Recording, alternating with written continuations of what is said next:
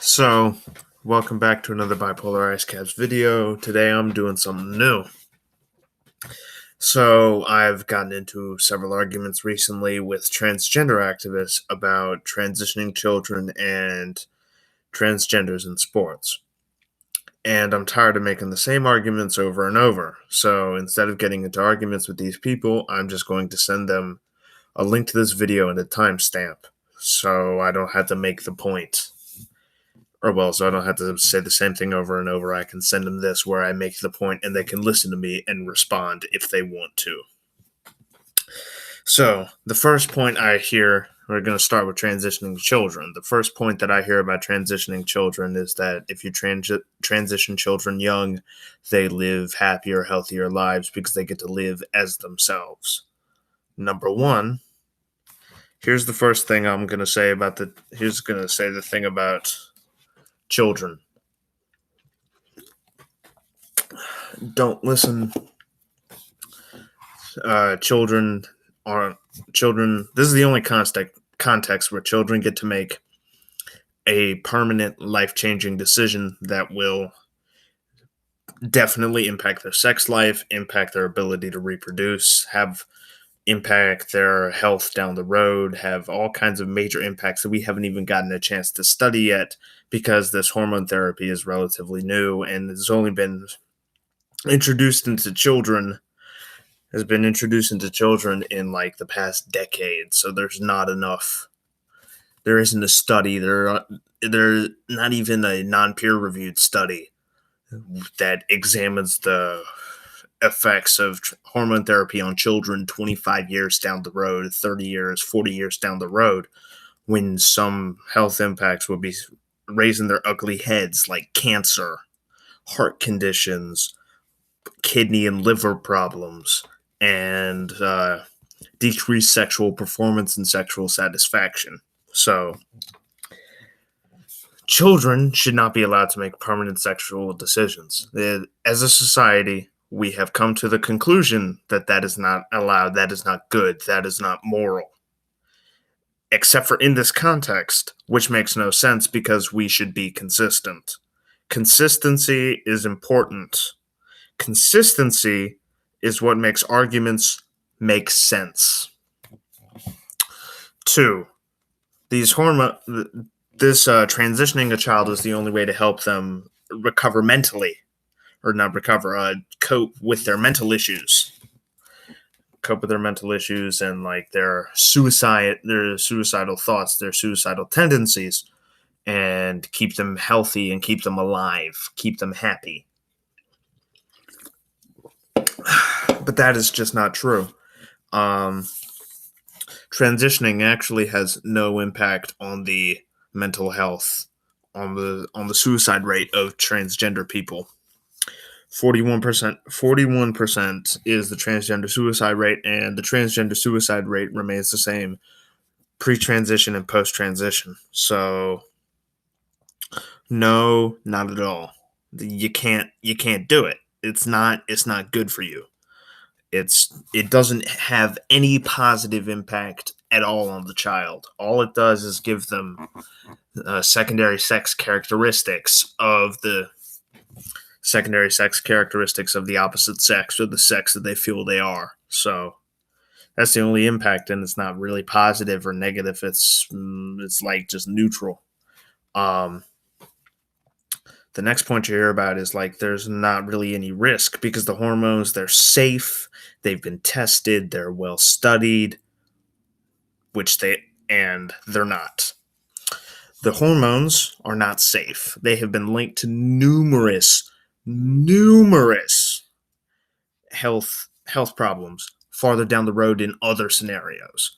Basically, the only scenario where you should inject any kind of hormone at all is if you have a hormone imbalance that needs to be medically corrected.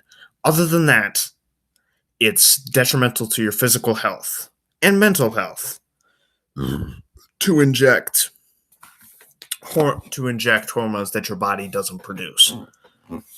So it isn't healthy. It's quite risky for children because we don't know what kinds of impacts it'll have on their development. They could end up walking around like they've got rickets. We really have no idea. So it's a bad, bad idea until we've studied it more. Okay, that's one thing. Another point that they bring up when they say we should transition children is that a child who is dysphoric is permanently transgender. They will always be transgender for their entire life. And if we reject their trans identity, that will have a detrimental impact on their mental health. So, no, they kill them. They have a 41% suicide rate. And societal oppression doesn't account for that because that is more than double the suicide rate of American slaves or Jews in concentration camps. So, no.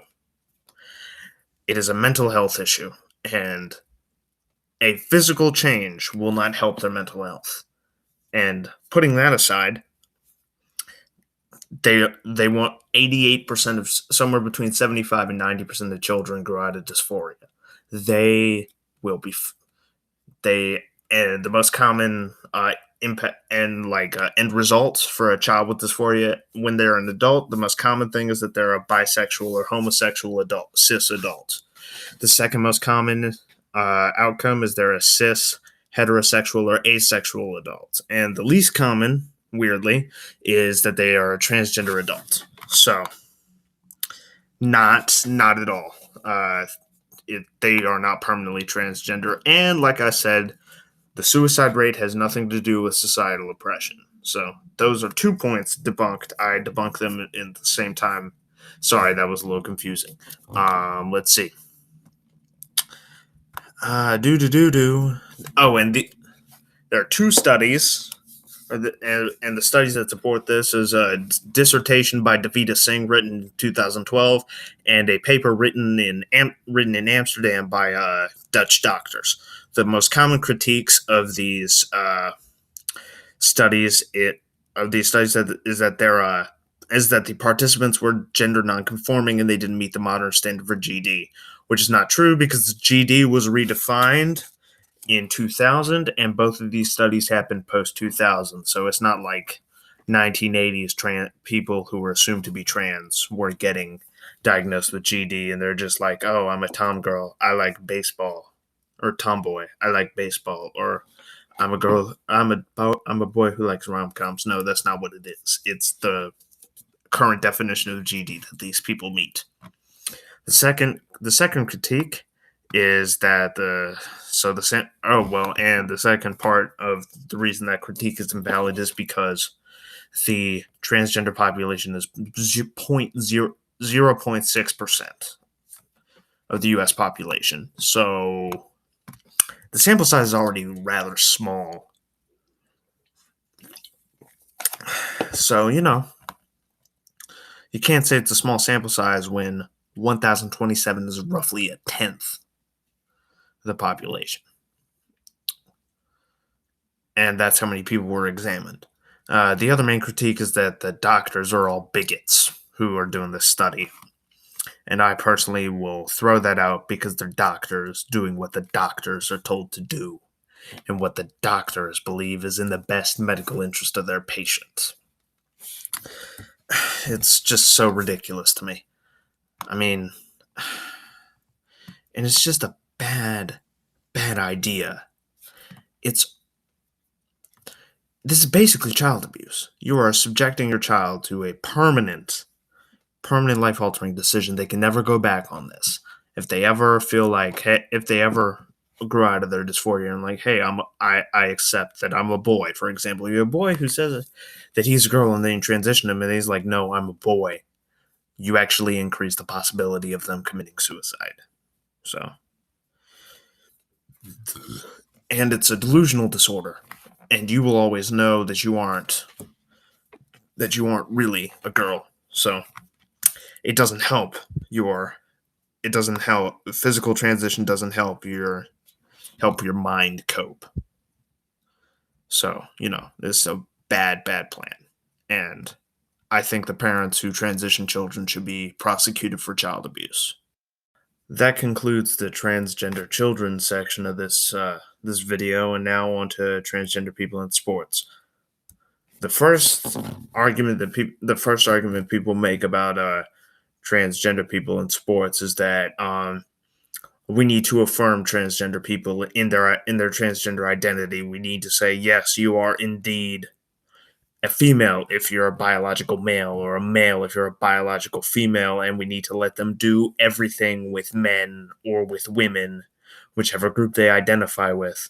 Because if we don't, then we ostracize them, and we increase the negative impacts of mental health, and we just make them sad, I guess. See, okay, maybe that's a possibility. I acknowledge that, yes, you probably wouldn't feel too good if you were told, yeah, so you know how you're trying to change your identity, trying to be accepted and ingratiate yourself back into society? Well, here's just a constant reminder that you aren't really what you are. You have to go with your old gender despite the fact that you feel that you're the other gender.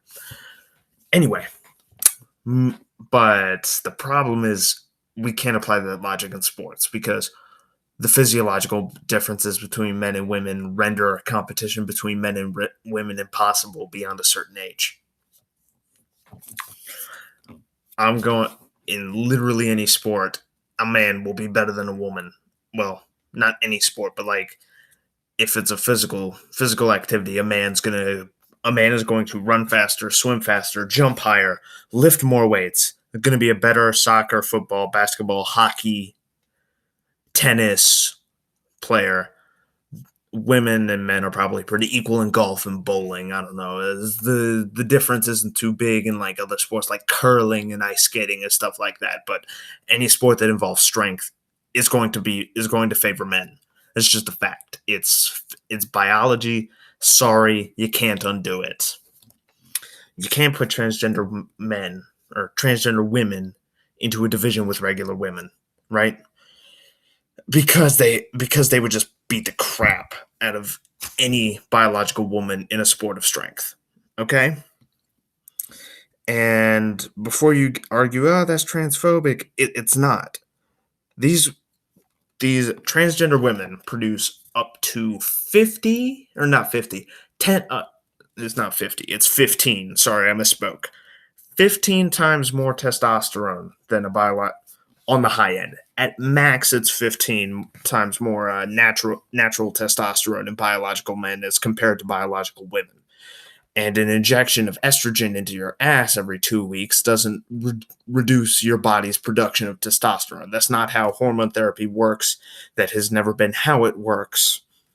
So, and every single sports governing body in the world recognizes testosterone as a steroid. It increases the concentration of your fast twitch muscle fibers, and it increases your reaction times, upper body or strength in general, and it increases cardiovascular endurance, muscular endurance, things like that. It makes you a better athlete.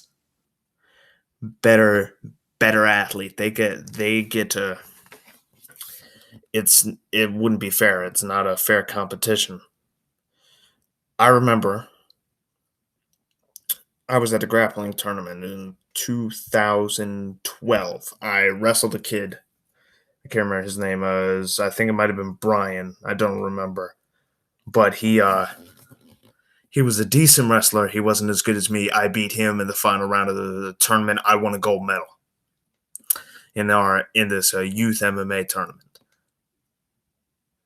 4 years later, 2019, 4 years later, I competed at the same tournament. It was my last year of eligibility. I was turning 16. The tournament is only for people 16 and under. It was my last chance to compete in this tournament. So I won the gold medal again. But I didn't compete against this guy. I'm pretty sure his name was Brian Rodriguez. Because Brian had transitioned and his name was now Brenda Rodriguez. She competed at this tournament. She was and they actually had to shut down the afternoon matches early because there was an accident in Brenda's match. She was competing with one girl who she had 4 inches on, and she probably outweighed by the maximum amount in a given weight class, which was 10 pounds. She probably had 10 pounds and like 5 inches on this girl, and 30 pounds of muscle on this girl. I mean, she was jacked. And they had what's it called? So they had the match started. The girl came in on the attack. She lowered her head because Brenda threw a kick. She ducked, and then Brenda threw a second kick, the axe kick, brought her heel straight down on the top of her head, straight down on the top of her head. He caved her, or she caved this girl's skull in. Brenda caved this girl's skull in. That's a personal story. There have been many more like that. Transgender women competing in combat sports with biological women have an unfair advantage, and they tend to give concussions, broken bones, contusions, things like that. They tend to inflict more pain onto their opponent than would normally occur in combat sports. They also smash women's weightlifting and cycling and weightlifting, cycling, and sprinting records. All of the world records in the World Powerlifting Federation, or I can't remember which one it is. This is a powerlifting governing body. There was a transgender man or transgender woman who broke all of the female records in a day. Not even in a whole day. In a span of 3 hours, this woman smashed the deadlift, bench press, squat, and hang clean records. Beat the previous record by at least 150 pounds. Cycling, the cyclist won another. The cyclists broke female records by a minimum of 5 minutes. It's absolutely ridiculous that you think it's fair to put these people in competition with biological women. Transgender men, it's not the same thing because they'll be at a disadvantage if they compete. So if they really want to, they can compete with biological men, but it's not a real issue. It's not as big a deal as transgender women competing with biological women because they have a hormonal advantage. There won't be a hormonal advantage for transgender men. So they could be allowed. So yes, they could be allowed to do that. They could. But personally, I think the best solution is to give transgender people their own sports divisions because then they can compete on an even playing field with people with, if not exactly the same, at least comparable hormonal profiles. Because otherwise you end up with a real issue where people end up destroying people end up destroying the level playing field. And so the level playing field in sports. That's the whole point of the competition. You're supposed to compete on a level playing field and show who's the best, which is why we look down on steroids and other forms of which is why I look down on PEDs and other forms of cheating, because you're breaking the level playing field and making it unfair. And this is something that is very, very unfair, and it's imbalanced in favor of transgender people. So they should either get their own divisions or compete with the gender that they were born as. Not what they've transitioned to, they were born as, or they should get their own division, because allowing them to compete in the division with the gender they feel they are won't be fair. Thanks for letting me rant for a while and sticking around for the whole video. If you ever get into an argument with the trans activists, feel free to share this video to make points. Please like and subscribe and comment and all that. Share the videos, because unfortunately I get BTFO'd by the algorithm monster. And so I cry sometimes when I'm lying in bed.